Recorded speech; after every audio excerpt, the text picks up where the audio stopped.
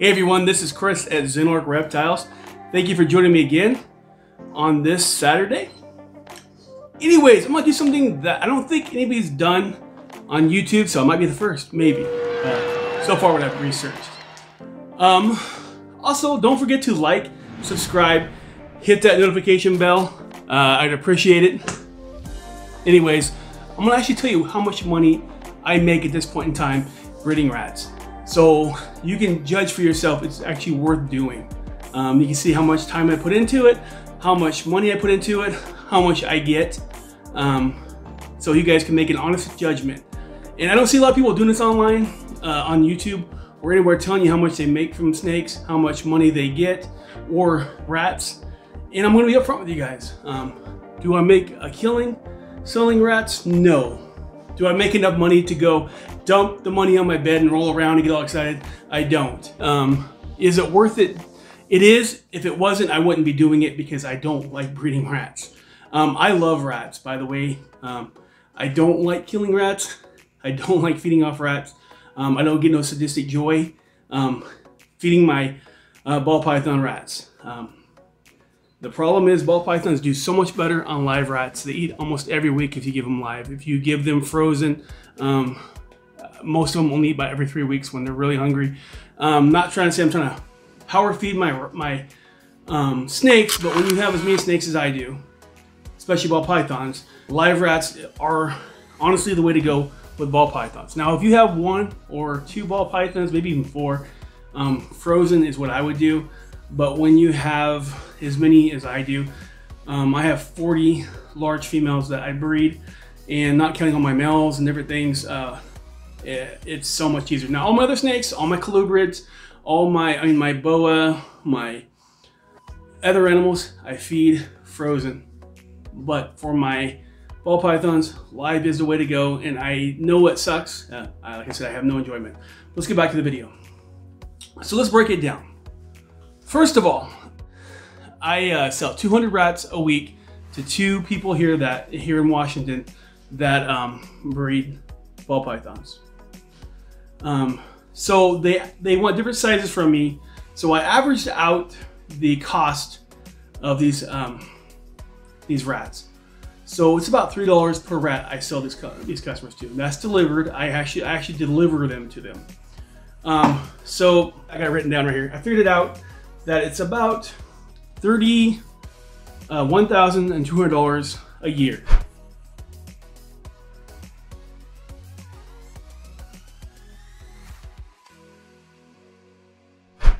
For these 2 companies that I sell these rats to. But there's a couple of downfalls to that. I have to deliver them. One's in Seattle. The other one I have to take is Vancouver, Washington. That's a lot further. If I do this every day for 52 weeks in the year, so I probably spend, looking at my thing here, about $5,000 on gas.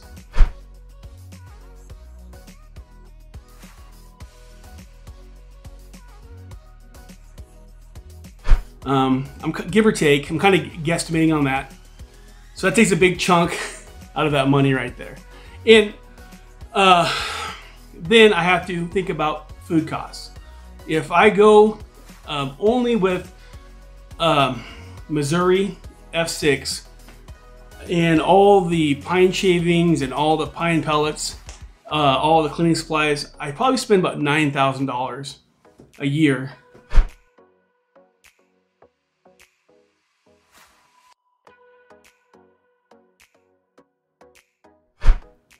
So again, you took a big chunk out of that money. So that leaves me about $17,000, and I'm about $17,200 left after I add those 2 things in. Also, you got to think about, you're driving all those miles on your car, on your truck. Well, I have a truck, so that's why my gas is a little bit higher. I have a new truck, and I'm putting all these miles on my new truck. Which, these are a lot of miles, but they're not crazy miles because they're, it's 2 to 3 hours is not really crazy. I mean, I know people that live here and drive to Seattle every day for work, so that happens. Now, let's go over some of the pros of breeding my own rats. So some of the pros, big pros, are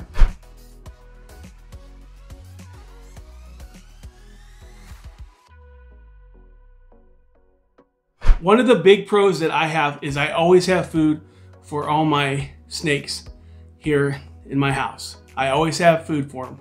I don't have to worry about it. I don't have to worry about going to the store. I always have food. Number two, I know my rats are healthy. I know what they eat.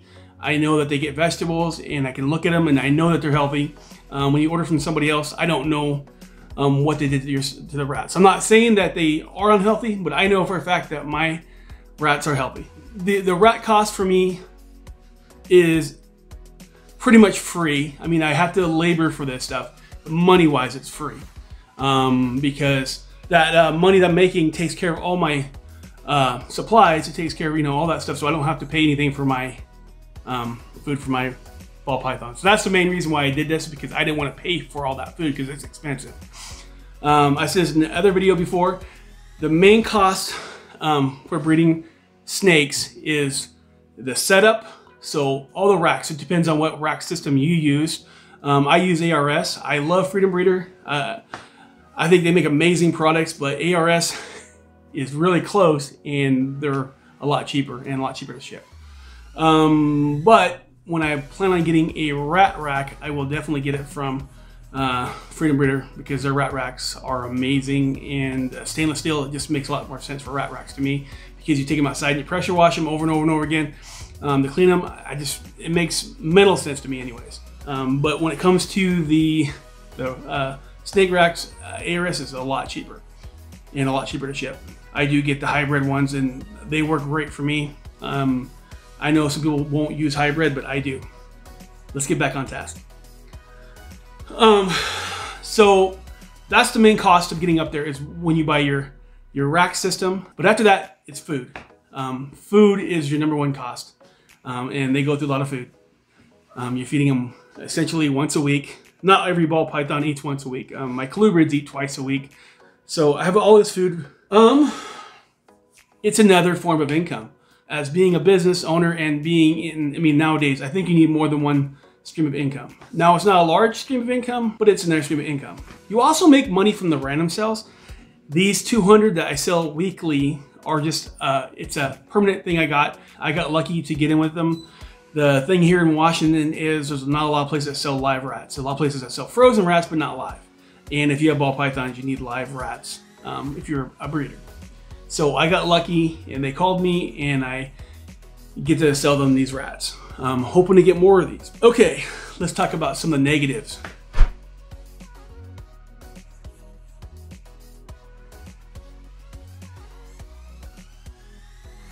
Number one that I totally hate, there's no nice way to say it. Cleaning rats suck. It's not fun. You have to clean them once a week. Now I do ASF rats, African soft furs. I don't clean them every week. I clean them every 2 to 3 weeks. They're a lot easier to take care of, but they don't breed as fast. And to get 200 rats a week and to keep on top of them, I cannot get rid of my Norwegian rats because they breed a lot faster, period. ASF rats, they could keep up. Once they get my colony going, they're breeding really well. They breed amazing, doing really well now. But right now, mostly I'm trying to build a colony. So I do feed off a lot of the males because I don't need that many males. Unlike the Norwegian rats, I only need a few males at all. I go from rack to rack. When it comes to the African soft furs, I keep males inside every cage. You need a vented room. If you don't have a vented room, you will be miserable, or some building that's not part of your house. Where I keep mine, I have a vent going 24/7, and they don't stink that bad. Now, if I wait past a week to change them out, it'll come into the house, but I don't do that. I start cleaning all the time. So you have to have a vent going all the time. And I can't smell them as long as the vent's going. But that vent goes 24/7. So I guess technically you have to think about the power bill of that. That's probably not too bad, but that vent's going 24/7, period. Otherwise you will be sorry. Another thing is startup costs. When I had to build my own racks, I plan, hopefully if everything aligns, I'm gonna be getting some Freedom Breeder rat racks, which if I'm gonna do this constantly, I need to get Freedom Breeder rat racks. But I made my own. It's not that hard, but I say that, and my father was a construction worker, so it came to me naturally. I framed up my own rat racks.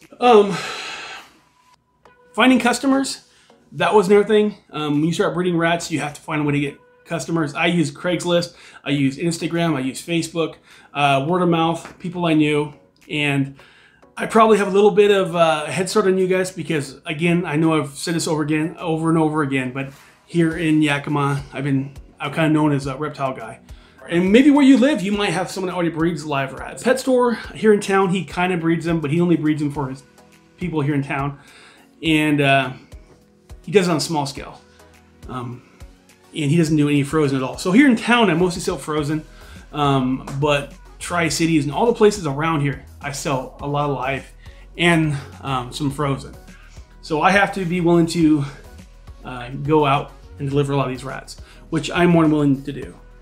Any way to not pay for the food for my rats and also make another stream of income, because like I said before, this is my goal, is to be a full-time reptile breeder. So this is just par for the course. So if you can find the customers, if you don't mind cleaning up rat poop and cleaning out cages and dealing with, you know, dealing with the smell and having vent it all the time, the labor, the work, the setup and the cost, they are definitely worth breeding. You can make money. I got proof right here. I probably make about at least 17 grand a year from breeding rats. Sounds amazing, right? But really not. 17 grand here in Washington State is not that much. The hours I spend working on them, it's either me, my wife, or my kids changing out the litter and cleaning them all out. Lately it's been my kids and my wife because I have a lot more stuff going on. Thank you so much, my family, for doing that for me. But here in Washington, minimum wage is about 13 bucks an hour. So I figured it out. I'm probably it's probably about almost $8,000 in labor that I could be doing something else. But the good thing is it's flexible. The hours are flexible, and I'm doing it at my convenience. Not like, say, if I worked at McDonald's for those those 12 hours a week and make about close to the same amount of money working at McDonald's. But if you're planning on doing this and you're looking for food for your collection, that's the only reason I think you would actually breed these. If you're looking for food for your collection, trying to find a second income stream to further along your projects, it's definitely worth it. But there is some cons with it. Like I said, there is some cons, but there's also a lot of pros. And I think honestly the pros outweigh the cons. But the two big sticklers for me is it stinks if you don't keep on top of it, and the time. I have to go once a week, once or every other week to Tractor Supply, buy a bunch of stuff for them. Have to go to a place called Co-op here and buy the food, because the only place that sells their rodent breeder. I also have to buy my stuff for the ASF rats, but they don't eat near as much, and they're a lot easier to take care of. But they don't breed as fast. So I'm switching over, at least right now, I'm slowly switching them over to feed all my ball pythons ASF rats. Probably to feed all my collection ASF rats.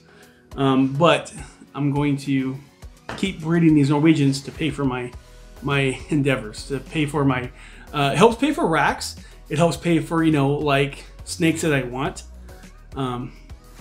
That's why it's not so bad for me to, throw money down for $1,000 snake, or, but it's not perfect. And if you think it's perfect, nothing is. When you want to make money, nothing's perfect.